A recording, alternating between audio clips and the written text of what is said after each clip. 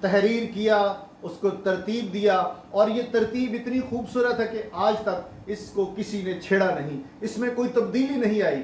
اس کا آغاز جو ہے وہ راکھ کے بدھ سے، ایش وینسڈے سے ہوتا ہے، اور پھر اس میں ہمیں مبارک جمعرات ہمیں نظر آتی ہے، جس میں آخری فصح، آخری کھانا خداوند یسوع مسیح نے کھایا، جس میں ہم پاک شراکت کرتے ہیں، اور پھر ہم گڈ فرائیڈے کو، مبارک جمعے کو ہم دیکھتے ہیں، اور پھر ہم یسوع مسیح کے جی اٹھنے کو دیکھتے ہیں۔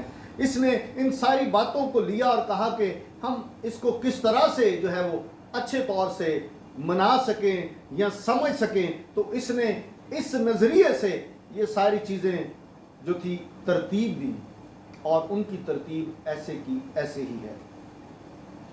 اور اس نے روزوں کے ایام کی، جو روزوں کے دنوں کا آغاز ہے، شروع جو ہے وہ راکھ کے بدھ سے کیا، آج تک یہی کلیسیوں میں رائج ہے۔ ایسا ہی ہے، ابھی جو وینسڈے آئے گا وہاں سے روزے شروع ہو جائیں گے، پر اس کا ہرگز مطلب یہ نہیں تھا کہ اس کو ایش وینسڈے کہا تو اس کا مطلب یہ نہیں تھا کہ کلیسیا راکھ اپنے ماتھوں پر، اپنے ہاتھوں پر یا اپنے جسم کے کسی حصے پر لگائے۔ اگر آپ خدا کے کلام کو دیکھیں تو اسرائیل کے معاشرے میں یہ جو راکھ پر بیٹھنا، یہ راکھ اپنے اوپر لگانا ہے، یہ عاجزی کو ظاہر کرتا ہے، یہ توبہ کو ظاہر کرتا ہے، اور یہ خدا کے حضور اپنے آپ کو پیش کرنے کو ظاہر کرتا ہے، اپنے آپ کو عاجز کرنا ہے، یہ نشانی ہے۔ اس نے اس لیے ایش وینسڈے نام رکھا اور روزوں کا آغاز کیا، تاکہ یسوع مسیح کے مرنے اور جی اٹھنے کو، اس کی قدرت کو ہم سمجھ سکیں۔ تو ان 40 روزوں میں ہم اپنے آپ کو خدا کے حضور تیار کر سکیں، حلیم ہوں، ہمبل ہوں، ہم اپنے آپ کو چھوٹا کریں اور توبہ کریں۔ یہ نشان کے طور سے یہ اس نے اس کا نام دیا تھا۔ یہ ہرگز اس کا مطلب نہیں تھا کہ وہ راکھ کا استعمال کرے، جیسے آج رومن کیتھولک کلیسیا اور دوسری کلیسیوں میں یہ بات رائج ہے۔ یہ کب شروع ہوا؟ میں دیکھ رہا تھا قاموس الکتاب، جو اردو کی سب سے خوبصورت اور اب تک کی سب سے مستند ڈکشنری ہے بائبل کی، اس میں دیکھ رہا تھا کہ یہ 7ویں صدی میں چرچ کے اندر اس کو رائج کیا گیا، راکھ کے بدھ کو، اور راکھ کا استعمال کیا گیا۔ راکھ، یہ کون سی راکھ ہے؟ جب پام سنڈے آتا ہے تو لوگ جو ڈالیاں، کھجور کی ڈالیاں سنڈے کو چرچ میں لے کر آتے ہیں پام سنڈے والے دن، تو جو وہاں پر رہ جاتی ہیں ان کو جلایا جاتا ہے، ان کی راکھ بنائی جاتی ہے، اور نیکسٹ جو ایئر آتا ہے، لینٹ سیزن شروع ہوتا ہے، تو وہی راکھ جو سنبھال کے رکھی جاتی ہے، وہ ایش وینسڈے والے دن کلیسیا، کیتھولک کلیسیا یا دوسری کلیسیاں اس کا نشان ماتھوں پر لیتے ہیں، ہاتھوں پر لیتے ہیں، سلیب بناتے ہیں۔ تو ہپولیٹس جو ہے، اس کی سوچ ایسی نہیں تھی کہ ہم راکھ پر بیٹھیں گے، راکھ لگائیں گے۔ اس کا مطلب روحانی تھا، جو کلیسیوں میں رائج تھا، جو کلیسیا سے پہلے اسرائیل اور یہودی لوگ کرتے تھے۔ میرے عزیزو،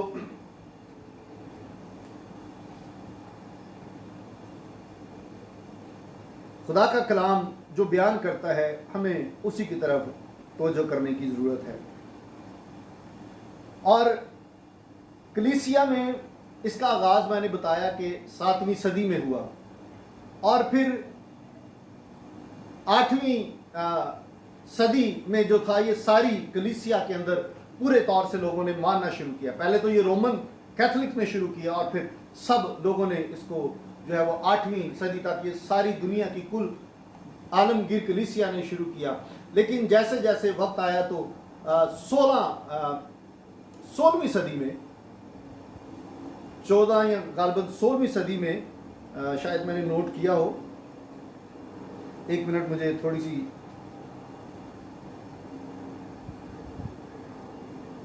16ویں صدی میں کلیسیا کے جو بڑے معلم لوگ تھے، استاد تھے، جو خدا کے کلام کو جاننے والے لوگ تھے، انہوں نے 16ویں صدی میں اس رسم کو ختم کر دیا کلیسیا سے۔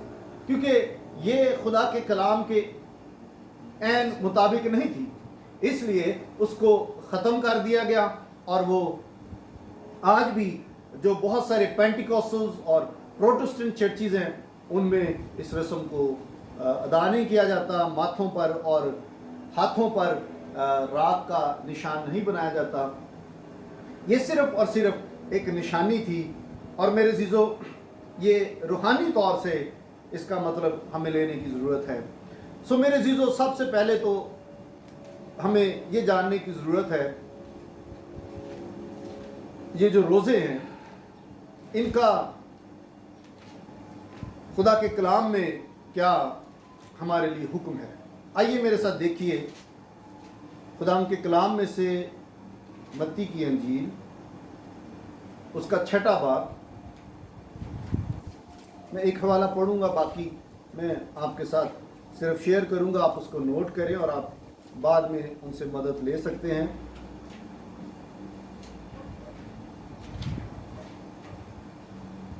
متی 6واں باب اس کی 16ویں آیت سے،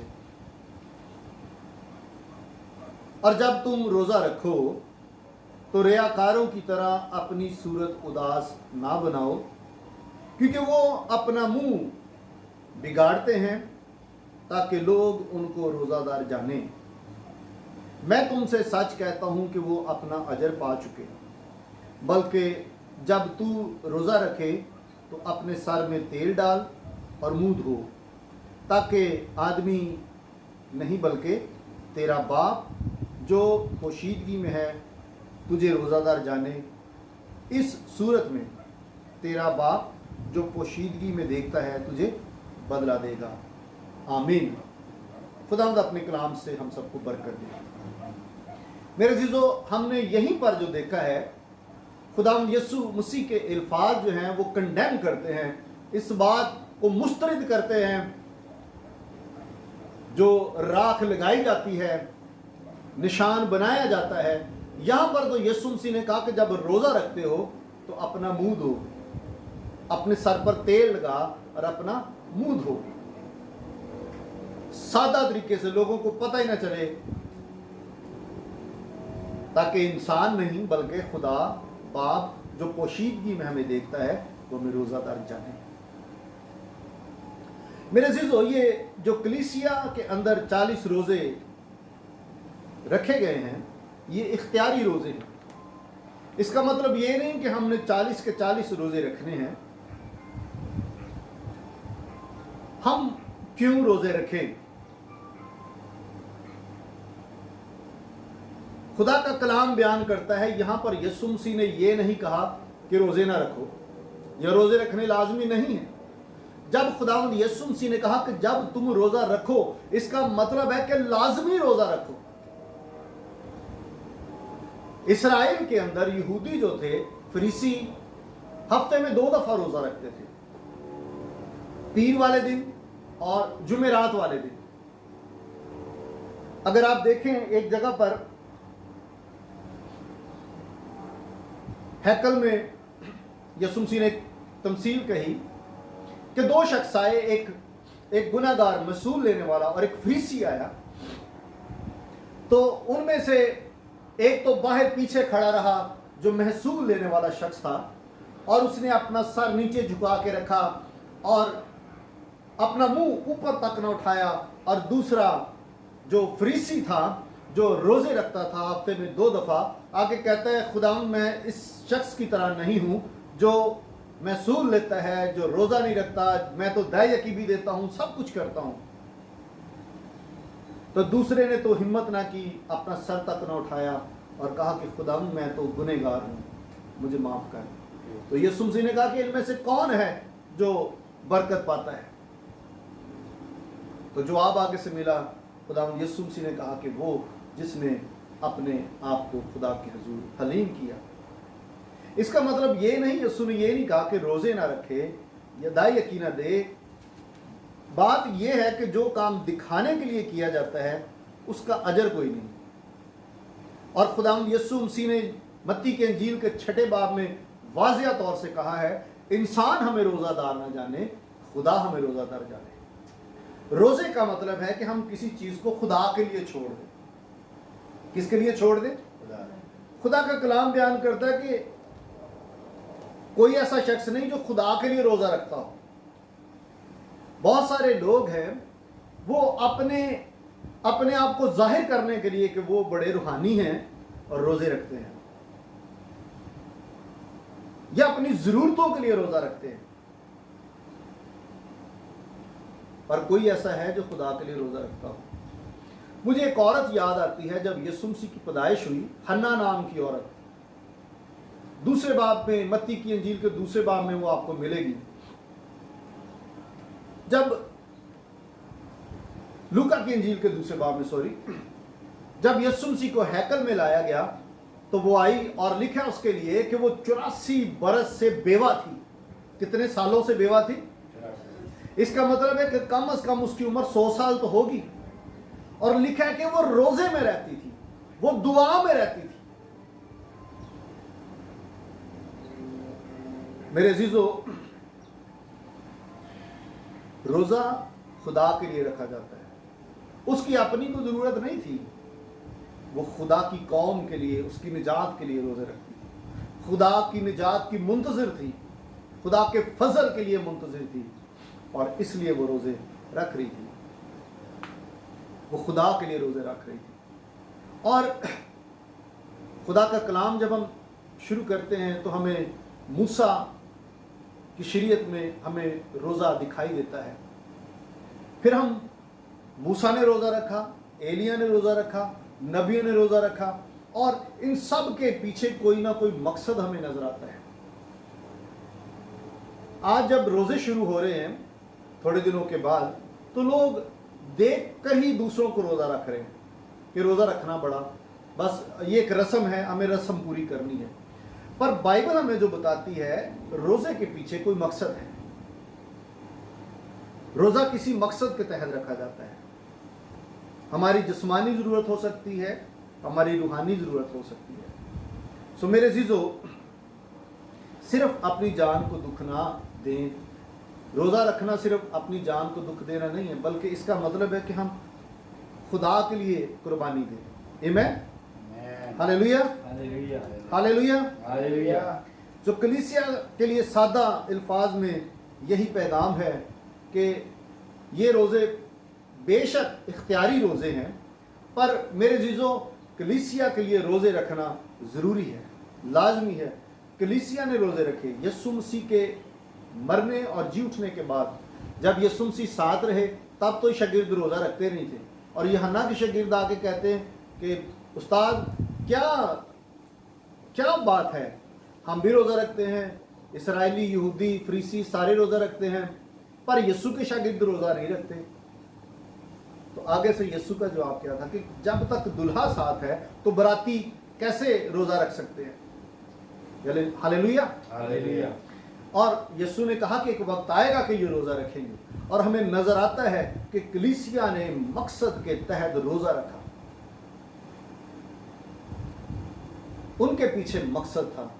یسوع مسیح نے جب روزہ رکھا تو اس کے پیچھے کیا مقصد تھا؟ یسوع مسیح نے روزہ نہیں بلکہ فاقہ کیا تھا. یسوع مسیح نے 40 دن اور رات نہ کچھ کھایا نہ کچھ پیا.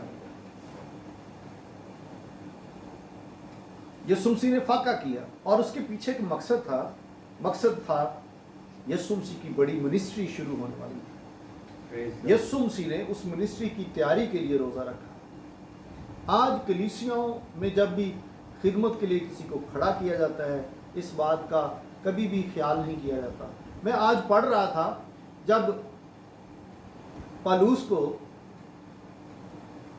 خدمت کے لیے بلایا جا رہا تھا، مخصوص کیا جا رہا تھا، تو اس کے لیے روزہ رکھا گیا. کلیسیا نے روزہ رکھا، پہلے روزہ رکھا.